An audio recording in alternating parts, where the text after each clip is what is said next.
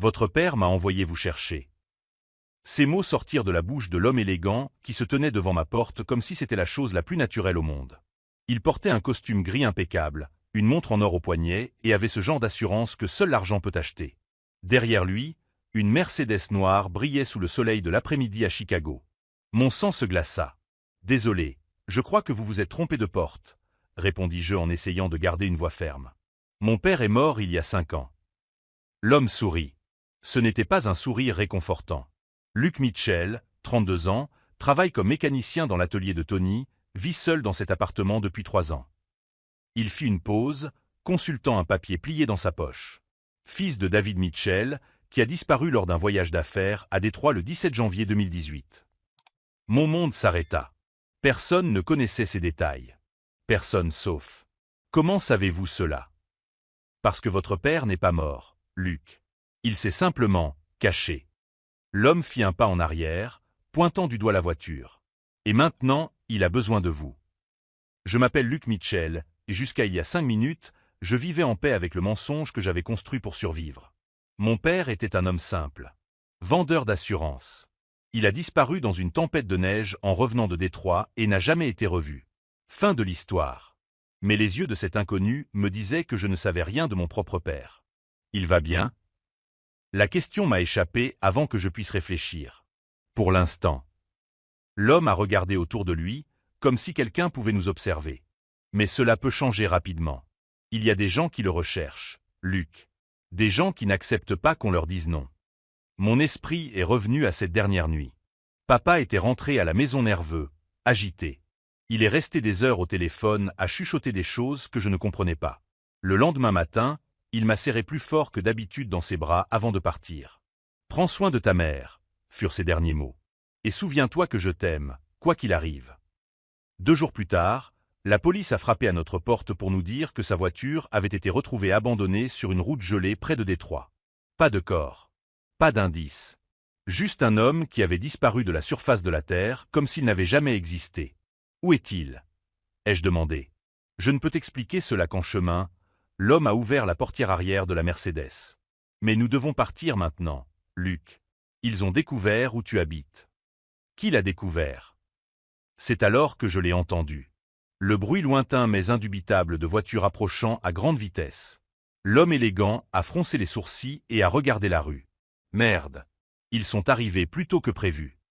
2 SUV noirs ont tourné au coin de ma rue, accélérant directement dans notre direction. Luke, je vais te donner le choix, a dit l'homme, d'une voix désormais pressante.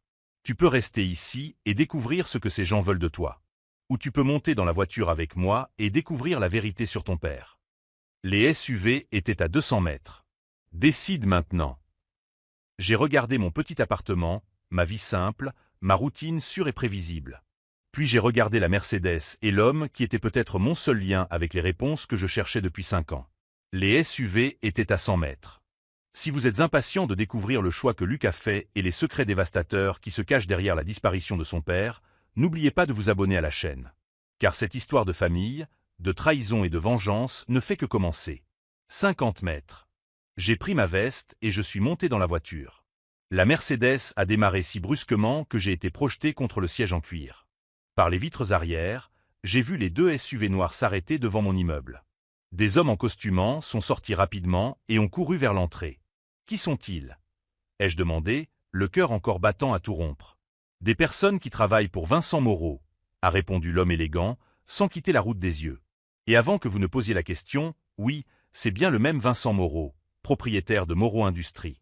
Le même pour lequel votre père travaillait il y a 6 ans. Mon sang s'est glacé. Moreau Industries. Je connaissais ce nom. Mon père n'a jamais travaillé pour Moreau Industries. Il vendait des assurances pour une petite entreprise à Chicago. L'homme a ri amèrement. Luke, ton père s'est construit toute une vie fictive pour te protéger, toi et ta mère. David Mitchell ne vendait pas d'assurance. Il était ingénieur chimiste spécialisé dans les formules industrielles. Et il a mis au point quelque chose que Vincent Moreau veut désespérément récupérer. Mon esprit revint à mon enfance. Papa rentrait toujours tard du travail, les mains tachées de produits chimiques qu'il disait être de la peinture de bureau. Il évitait toujours de parler de son travail en détail. Et il y avait ces appels téléphoniques étranges qu'il recevait dans le sous-sol, parlant à voix basse de « formule » et de « brevet ». Quel genre de formule? Une formule capable de transformer des matériaux ordinaires en composés ultra-résistants. Quelque chose qui révolutionnerait à la fois la construction civile et l'industrie militaire. L'homme fit un virage brusque, vérifiant ses rétroviseurs. Ton père a découvert la formule en travaillant pour Moreau, mais il s'est rendu compte que Vincent prévoyait de la vendre à des groupes terroristes au Moyen-Orient. Il a donc volé toutes les recherches et a disparu. Volé. Ton père n'a rien volé, Luc. Il a sauvé le monde d'une catastrophe.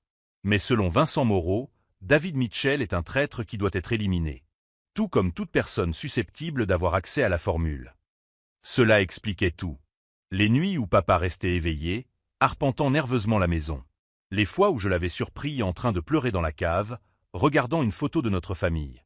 La façon dont il m'avait serré dans ses bras ce dernier matin, comme s'il savait qu'il ne reviendrait pas. Où est-il maintenant? Dans un endroit sûr. Mais Vincent est en train de perdre espoir. Au cours des 5 dernières années, il a dépensé des millions pour tenter de recréer la formule de son père, sans succès. Il a maintenant découvert que David avait peut-être laissé des indices chez vous. L'homme prit une tablette sur le tableau de bord et me montra une photo. C'était Moreau, un homme d'une 60aine d'années aux cheveux gris et aux yeux froids comme la glace. Mais ce n'était pas la première fois que je voyais ce visage. Je le connais, murmurai-je en frissonnant. Impossible. Vincent ne prend jamais le risque de rencontrer quelqu'un en personne. Il était à l'enterrement de ma mère. La voiture faillit quitter la route. L'homme élégant me regarda dans le rétroviseur, les yeux écarquillés. Quel enterrement? Ta mère n'est pas morte, Luc. Elle est vivante et cachée au même endroit que ton père. Le monde s'est arrêté. Littéralement arrêté. Comment ça? Ma mère est en vie. Elle est morte d'un cancer il y a 2 ans. J'ai moi-même organisé les funérailles. J'ai vu le cercueil être enterré. Vincent Moreau a simulé sa mort pour vous atteindre. Le corps dans le cercueil était celui d'une femme indigente décédée dans le même hôpital. Les médecins qui ont soigné votre mère? Payés par Moreau. Le diagnostic de cancer? Faux. Votre mère a été kidnappée la veille de sa mort supposée et emmenée là où se trouve votre père. Ma vue s'est brouillée. 2 ans. Pendant 2 ans, j'ai pleuré la mort de ma mère, j'ai visité une tombe vide, je me suis reproché de ne pas avoir passé plus de temps avec elle avant le diagnostic. Tout était mensonge. Pourquoi m'a-t-il fait ça?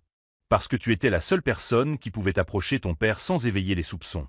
Moreau a lancé l'idée du cancer, organisé de faux funérailles, puis attendu que tu sois suffisamment vulnérable pour accepter n'importe quelle offre d'emploi qui te mettrait en position de trouver des indices sur la formule. Quel genre de travail? Mécanicien dans l'atelier de Tony. L'homme m'a regardé sérieusement. Tony travaille pour Moreau, Luc. Depuis 2 ans, tu es surveillé 24 heures sur 24. Chaque outil que tu utilises, chaque voiture que tu répares, chaque conversation que tu as, tout est surveillé. Toute ma vie était un mensonge. Mon emploi, la mort de ma mère, probablement même certains de mes amis. Moreau avait construit une prison invisible autour de moi, m'observant, attendant que je fasse quelque chose qui révèle où papa avait caché la formule. Mais je ne sais rien d'aucune formule. Vincent a commencé à s'en rendre compte récemment. C'est pourquoi il a décidé aujourd'hui d'essayer une approche plus directe. L'homme a pointé du doigt la tablette, montrant un message texte. À 3 heures de l'après-midi, ces hommes recevraient l'ordre de vous kidnapper et de vous torturer jusqu'à ce que vous avouiez tout ce que vous savez. 3 heures de l'après-midi. C'était exactement l'heure à laquelle il était apparu à ma porte. Qui êtes-vous? Comment savez-vous tout cela? Je m'appelle Alexander Reed. Je suis agent fédéral infiltré depuis 5 ans et je travaille à démanteler l'organisation de Moreau. Il me montra une carte d'identité du FBI. Votre père et moi nous sommes rencontrés lorsqu'il a tenté pour la première fois de dénoncer Moreau aux autorités. Je l'ai convaincu de simuler sa propre mort afin de gagner du temps pendant que nous montions un dossier solide. Et ma mère? Quand nous avons réalisé que Moreau avait découvert que David était vivant, nous avons dû la faire sortir de Chicago également. La fausse mort était le seul moyen de garantir qu'elle arrive à destination sans être suivie. J'ai pris une profonde inspiration, essayant d'assimiler tout cela. En 20 minutes, toute ma vie était devenue méconnaissable. Mais une chose n'avait toujours pas de sens. Si vous rassemblez des preuves contre Moreau depuis 5 ans, pourquoi ne l'avez-vous pas encore arrêté? Alexander hésita. Parce qu'il a toujours été plus malin que nous. Chaque fois que nous nous rapprochons, il élimine les témoins ou détruit les preuves. Nous avions besoin de quelque chose d'irréfutable. La formule. Exactement. Mais ces derniers mois, nous avons découvert que David n'avait pas seulement volé la formule originale. Il l'avait modifiée, créant une version qui neutralise complètement les effets militaires, ne conservant que les avantages pour la construction civile pacifique. Si nous mettons la main sur cette version modifiée, nous pourrons non seulement arrêter Moreau, mais aussi garantir que cette technologie sera utilisée à des fins pacifiques. Et où mon père l'a-t-il caché? Alexander sourit pour la première fois depuis que je l'avais rencontré. C'est là que ça devient intéressant, Luc. Il ne l'a caché nulle part. Il l'a caché dans quelqu'un. Je sentis un frisson me parcourir l'échine. Dans qui? En toi. Mais comment mon père avait-il pu cacher une formule révolutionnaire en moi? Et quel danger cela représentait-il maintenant que Moreau connaissait mon existence? La réponse qu'Alexander s'apprêtait à me révéler allait bouleverser tout ce que je pensais savoir sur ma propre identité. Comment ça, la formule est cachée en moi? Demandai-je, sentant ma voix trembler pour la première fois. Alexander ralentit et entra dans un parking abandonné à la périphérie de Chicago. Ton père est génial, Luc. Il savait que Moreau finirait par découvrir n'importe quelle cachette physique. Il a donc utilisé quelque chose que personne n'aurait jamais pensé à chercher. Quoi? Tes souvenirs. Le monde s'est à nouveau arrêté. Mes souvenirs? Depuis ton enfance, ton père t'enseignait des séquences numériques à travers des jeux. Tu te souviens des jeux mathématiques auxquels vous jouiez? Des puzzles qu'il créait spécialement pour toi? Les histoires qu'il racontait toujours dans le même ordre? Mon esprit est retourné à mon enfance. Papa a toujours été obsédé par les jeux de chiffres. Tous les dimanches soirs, il s'asseyait avec moi dans la cuisine et créait des défis mathématiques complexes, parlant toujours de modèles à ne jamais oublier. Je pensais que c'était juste un père nerd qui voulait que son fils soit bon en maths. Chaque jeu, chaque histoire, chaque séquence qu'il t'a enseignée faisait partie d'un code plus vaste. La formule complète est codée dans ta mémoire, répartie dans des centaines de souvenirs apparemment innocents de ton enfance. C'est fou. Ton père a passé 3 ans à coder l'information et 2 autres à te l'enseigner sans que tu t'en rendes compte. C'est la cachette parfaite. Même si Moreau te capturait et te torturait, tu ne pourrais jamais lui donner la formule, car tu ne sais pas qu'elle est là. Alexander a pris une autre tablette et m'a montré une photo de la maison de mon enfance. Tu reconnais ces marques sur le mur du sous-sol. J'ai regardé l'image. C'étaient d'étranges marques que papa avait faites sur le mur en ciment, disant qu'il s'agissait de mesures pour un futur projet. Je m'amusais à relier les marques avec de la craie de couleur. Des coordonnées, expliqua Alexander. Votre père a documenté chaque séance de jeu que vous avez eue. Les dates, les chiffres que vous avez mémorisés, même l'ordre dans lequel vous reliez les points sur le mur. Tout cela faisait partie d'un système de sauvegarde destiné à décoder ta mémoire. J'ai eu la nausée. Toute mon enfance n'avait été qu'un mensonge. Pas des jeux entre père et fils, mais des séances de programmation mentale visant à transformer un enfant en coffre-fort humain. Pourquoi ne m'en a-t-il pas parlé quand j'ai grandi? Parce que plus tu en savais consciemment, plus le risque était grand. Moreau a des psychologues spécialisés dans l'extraction d'informations. Si tu avais su que la formule était dans ta tête, ils auraient pu l'extraire. Le téléphone d'Alexander vibra. Il regarda l'écran et son expression se transforma en pure inquiétude. Merde. Il faut qu'on parte. Tout de suite. Qu'est-ce qui se passe? Moreau vient de découvrir où nous sommes. 2 SUV noirs apparurent à l'entrée du parking, bloquant notre seule issue. 2 autres surgirent du côté opposé. Nous étions complètement encerclés. Comment nous ont-ils trouvés aussi vite? Alexander me regarda avec une expression mêlant colère et regret. Parce que tu as une puce de repérage implantée dans le bras. Une quoi? Tu te souviens de l'opération que tu as subie il y a 2 ans? Quand tu t'es cassé le bras dans l'atelier. Je m'en souvenais parfaitement. Un objet lourd était tombé dans ma direction et je m'étais cassé le bras gauche en essayant de l'esquiver. Tony avait insisté pour que j'aille dans un hôpital spécifique, disant qu'il avait les meilleurs chirurgiens orthopédistes de la ville. La puce a été implantée pendant l'opération. Moreau vous suit depuis 2 ans, attendant que vous fassiez quelque chose qui révèle l'emplacement de votre père. Des hommes armés sont sortis des SUV et se sont déployés en formation tactique autour de notre voiture. Au centre, une silhouette familière est sortie du véhicule principal. Vincent Moreau. Même à 50 mètres de distance, son regard froid semblait transpercer les vitres de notre voiture.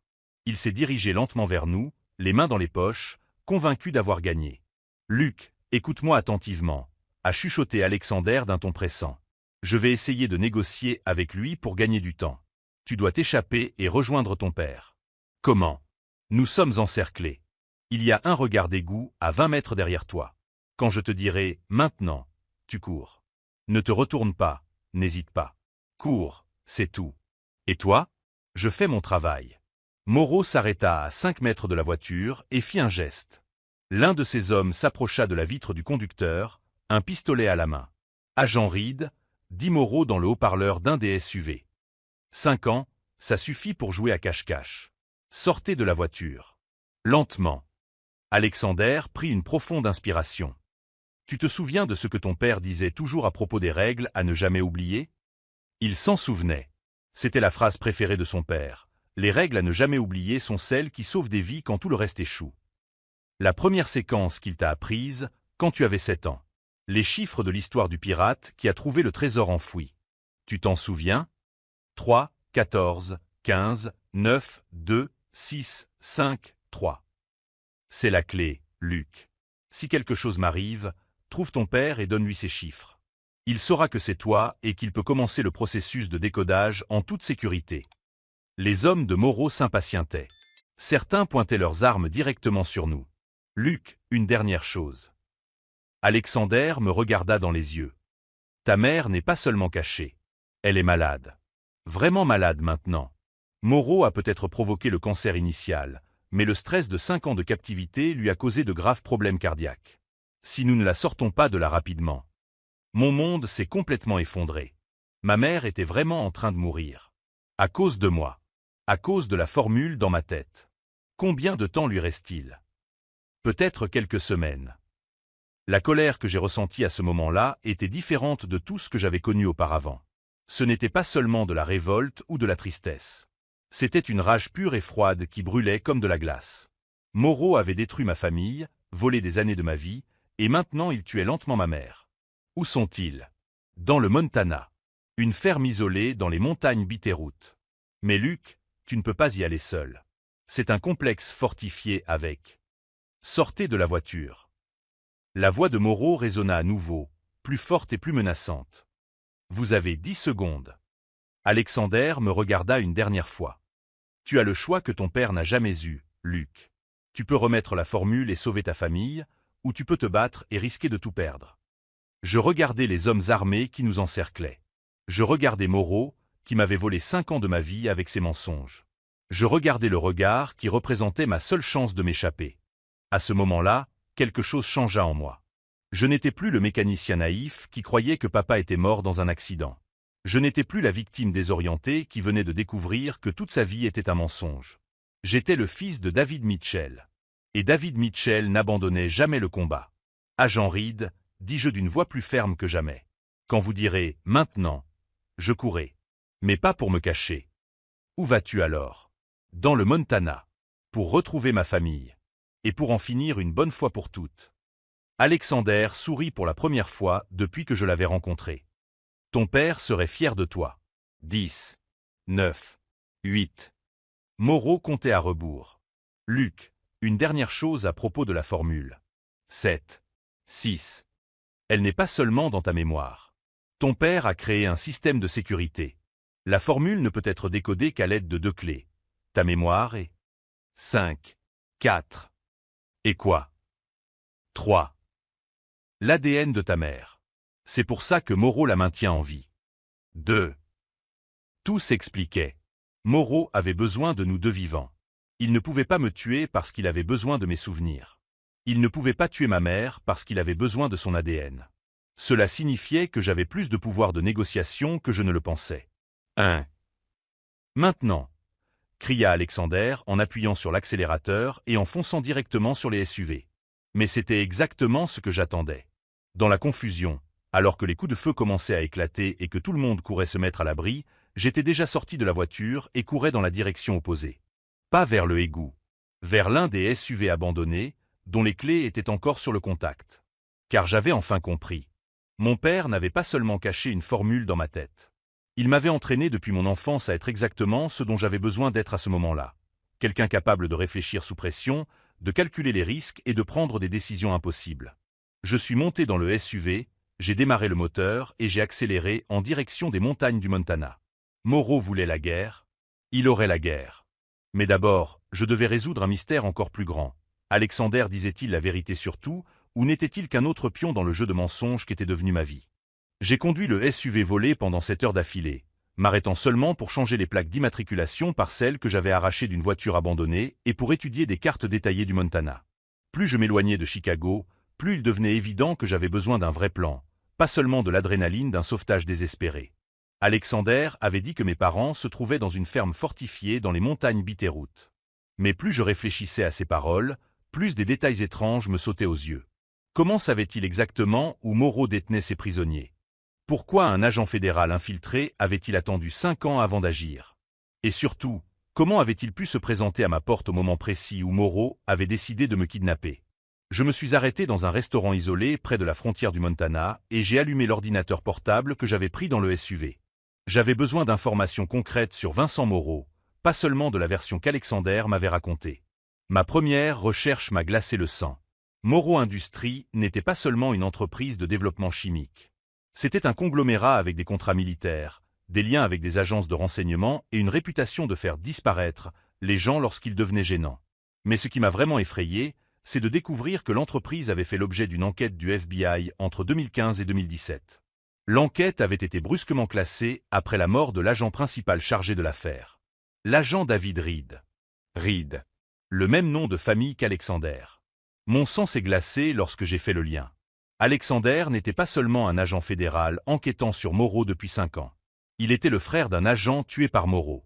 Cela expliquait ses connaissances détaillées, mais soulevait également une question terrible. Alexander était-il en train de me sauver ou de m'utiliser comme appât pour assouvir sa propre vengeance? J'avais besoin d'aide, mais je ne pouvais faire confiance à personne d'autre lié au gouvernement. C'est alors que je me suis souvenu des paroles de mon père sur les principes à ne jamais oublier. Peut-être y avait-il d'autres codes dans mes souvenirs que la formule chimique. Je fermais les yeux et laissais mon esprit revenir au dimanche soir dans la cuisine. Papa terminait toujours nos jeux par la même phrase. Et si un jour tu as vraiment besoin d'aide, Luc, souviens-toi de l'homme qui apprend aux enfants à pêcher. À l'époque, je pensais qu'il s'agissait simplement d'une métaphore sur le fait de transmettre des connaissances plutôt que des solutions toutes faites. Mais je me rends compte maintenant que c'était peut-être un code littéral. J'ai pris le téléphone et j'ai appelé les renseignements pour trouver des écoles de pêche dans le Montana. Le 3e appel a tout changé. École de pêche River Valley, ici Franck. Bonjour, je m'appelle Luc Mitchell. Mon père disait toujours que si j'avais besoin d'aide, je devais chercher l'homme qui apprend aux enfants à pêcher. Silence total à l'autre bout du fil. Puis, la voix de Franck a complètement changé. Fils de pute. David avait raison quand il disait que tu finirais par appeler. Franck a pris une profonde inspiration. Où es-tu, petit? Et pourquoi appelles-tu maintenant, après 5 ans? Parce que Moreau a trouvé le moyen de me forcer à lui remettre la formule. Et je dois sortir mes parents de l'endroit où il les retient avant qu'il ne soit trop tard. Tes parents ne sont pas avec Moreau, Luc. Comment ça? Ils sont ici avec moi. Depuis 5 ans. Le monde s'est à nouveau arrêté. Si mes parents étaient en sécurité avec Franck depuis 5 ans, pourquoi Alexander avait-il dit qu'ils étaient prisonniers de Moreau? Pourquoi avait-il créé cette urgence autour de l'état cardiaque de ma mère? Franck, un type nommé Alexander Reed m'a dit que ma mère était en train de mourir et qu'ils étaient tous les deux prisonniers dans une ferme dans les montagnes Bitterroot. Alexander Reed est mort, mon garçon. Il est mort il y a 3 ans en essayant de faire sortir tes parents de Chicago. Celui qui t'a dit ça mentait. La réalité m'a frappé comme un coup de poing dans l'estomac. L'homme que je croyais être mon sauveur me menait droit dans un piège. Non seulement cela, mais il avait probablement utilisé des informations réelles sur ma famille pour rendre son mensonge convaincant. Franck, je dois venir te chercher. Mais je crois que je suis suivi. Combien de personnes savent où tu es en ce moment? Seulement le type qui s'est fait passer pour Alexander. Alors tu as peut-être 2 heures avant que les hommes de Moreau n'arrivent. Je t'envoie les coordonnées sur ton téléphone. N'utilise pas le GPS, ne t'arrête nulle part, et si tu vois une voiture te suivre pendant plus de 15 minutes, quitte la route principale et emprunte les sentiers de montagne. Les coordonnées sont arrivées. Une zone isolée près du parc national de Glacier, à 4 heures de là où je me trouvais. Mais en planifiant l'itinéraire, j'ai remarqué quelque chose que Franck avait dit. Alexander Reed était mort depuis 3 ans. Cela signifiait que l'homme qui m'avait sauvé avait non seulement menti sur son identité, mais qu'il avait probablement usurpé l'identité d'un agent décédé. Qui était-il vraiment? Et pourquoi avait-il construit un mensonge aussi élaboré pour m'amener dans le Montana? La réponse m'est venue lorsque j'ai allumé la radio du SUV et entendu un reportage des informations locales. La police de Chicago recherche Luke Mitchell, 32 ans, suspecté du meurtre de l'agent fédéral Alexander Reed, dont le corps a été retrouvé ce matin dans un parking abandonné à la périphérie de la ville. Ils avaient transformé la victime en criminel. Moreau n'essayait pas seulement de s'emparer de la formule qui se trouvait dans ma tête. Il me faisait porter le chapeau pour meurtre afin de s'assurer que, même si je m'échappais, je serais traqué par la loi. Si ce rebondissement vous tient en haleine et que vous voulez découvrir comment Luke va échapper à ce piège mortel tout en sauvant sa famille, abonnez-vous à la chaîne dès maintenant. Car cette histoire de manipulation et de survie est sur le point de révéler des secrets encore plus choquants. Mais il y avait un problème plus grave. Si l'homme qui se faisait passer pour Alexander travaillait pour Moreau, cela signifiait que Moreau savait exactement où j'allais. Je ne fuyais pas vers la sécurité de ma famille. J'étais conduit droit vers une embuscade qui nous mettrait tous entre les mains de l'homme qui avait détruit notre vie. J'ai accéléré en direction des montagnes, sachant que dans les prochaines heures, je découvrirais si mon père m'avait vraiment préparé à ce moment, ou si 5 années de planification secrète étaient sur le point de s'effondrer entre les mains de l'ennemi le plus dangereux que nous ayons jamais affronté.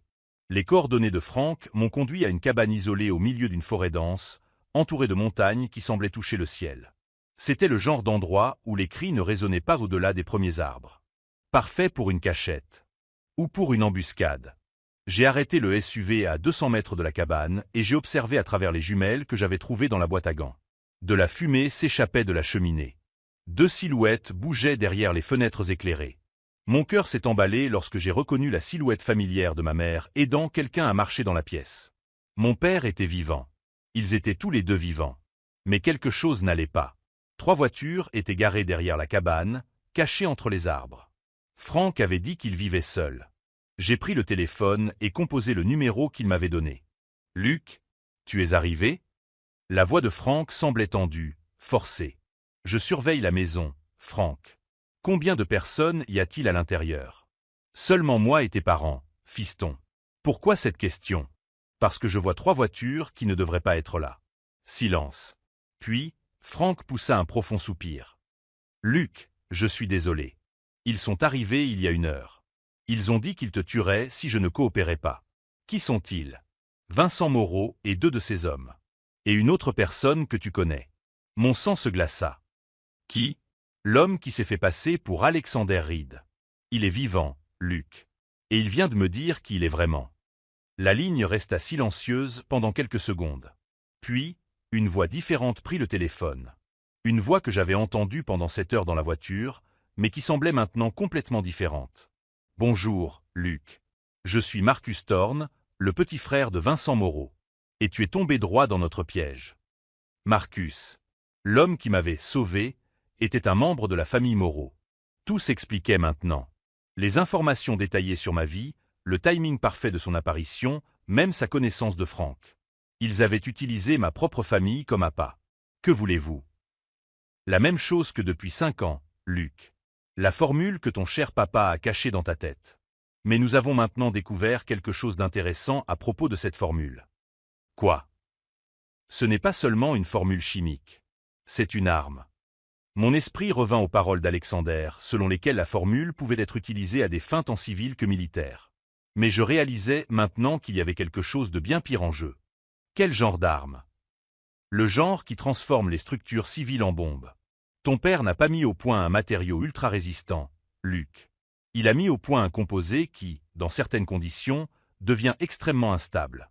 Un pont construit avec ce matériau peut sembler solide pendant des années, jusqu'à ce que quelqu'un active le bon déclencheur chimique.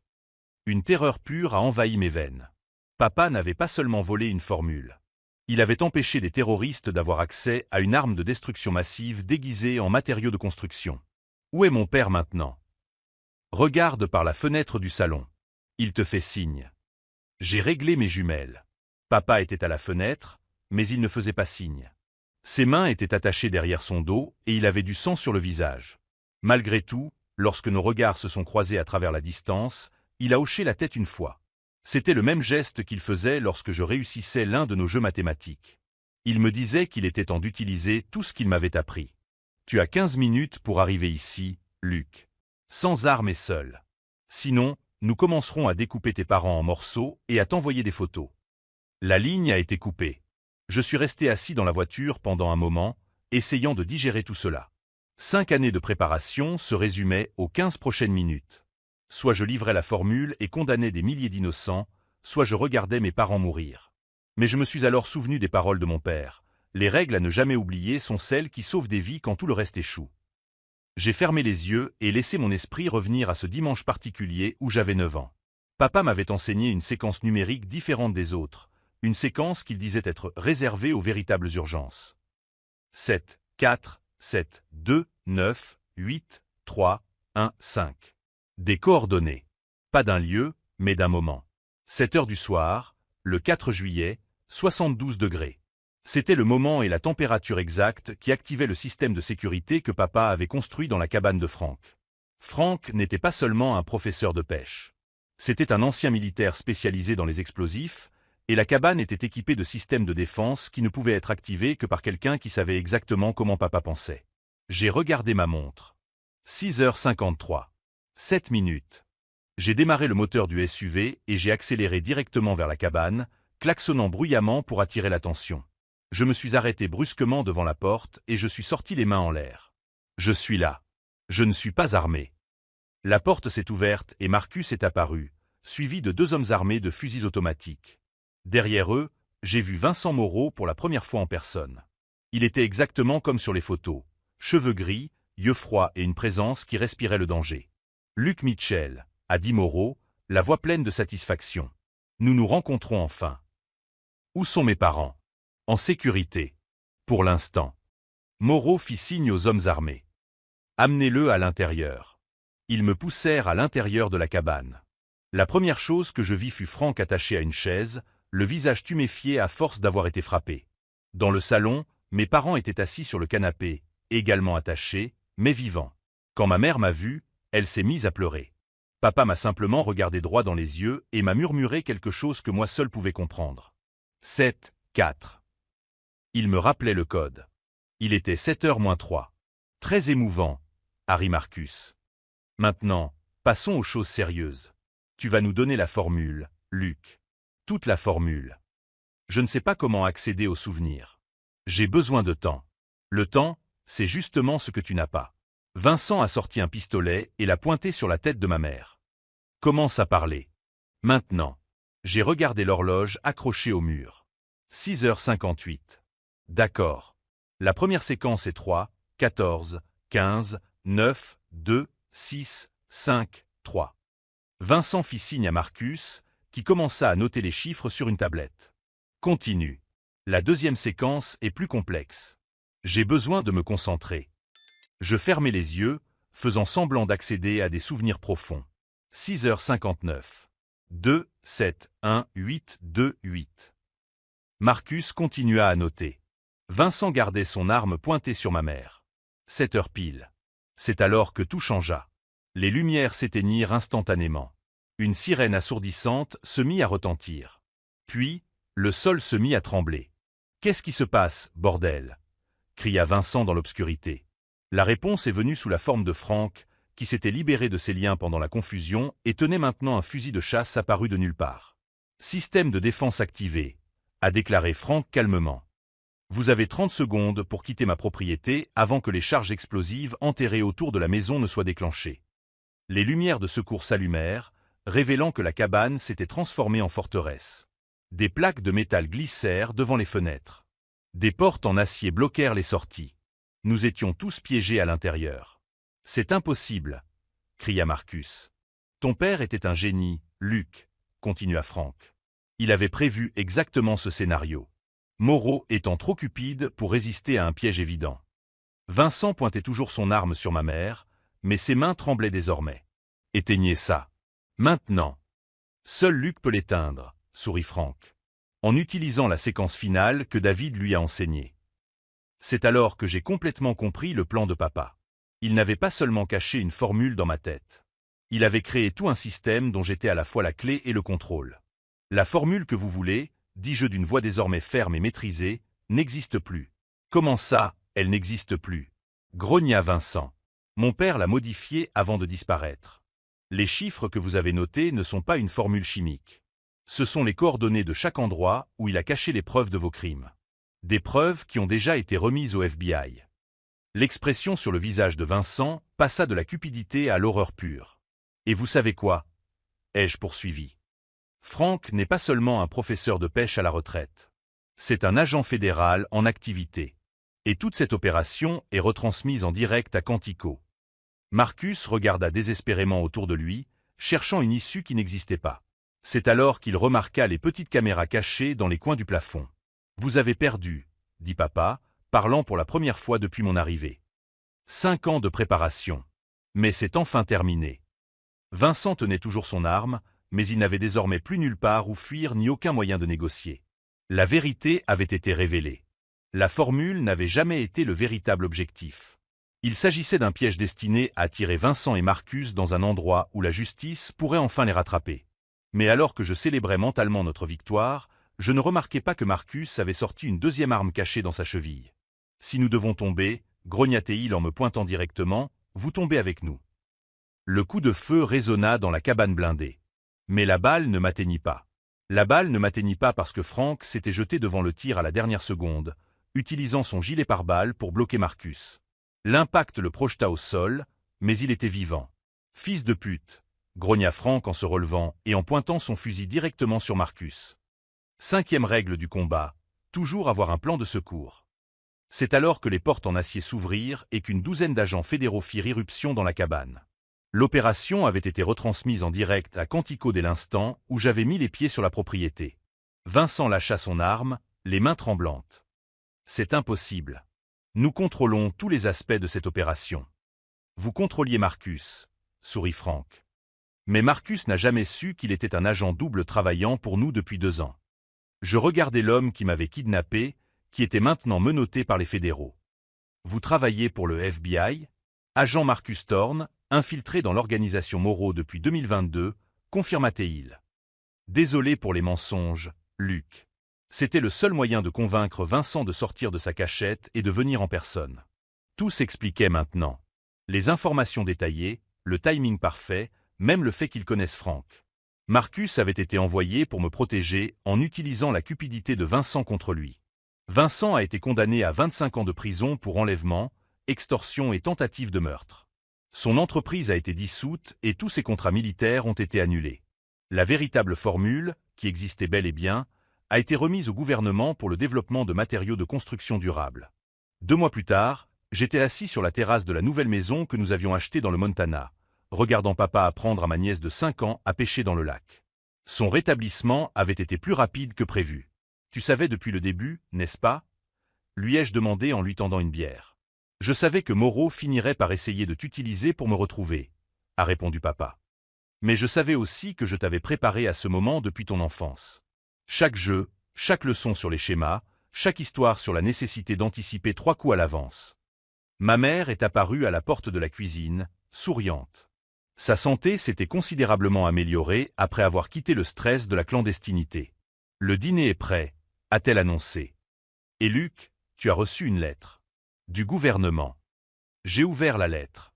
C'était une offre officielle pour travailler comme consultant en sécurité pour le programme de protection des témoins, en utilisant mon expérience unique de survie à la manipulation psychologique. « Tu vas accepter » demanda papa. « Oui », répondis-je sans hésiter. D'autres familles méritent d'avoir la chance de rester ensemble. 5 années de séparation avaient pris fin. Moreau était en prison. La formule était utilisée à bon escient. Et je comprenais enfin que la véritable force ne vient pas du fait de ne jamais être renversé, mais de toujours se relever plus intelligent. Si cette histoire de famille, de planification et de justice vous a touché, n'oubliez pas de vous abonner à la chaîne pour découvrir d'autres histoires de personnes qui ont transformé leurs pires défaites en plus grandes victoires de leur vie. Au final, j'ai découvert que mon père n'avait pas seulement caché une formule dans ma tête. Il avait construit un homme capable de protéger sa famille quand elle en avait le plus besoin. Et c'est cet héritage que j'ai l'intention de transmettre.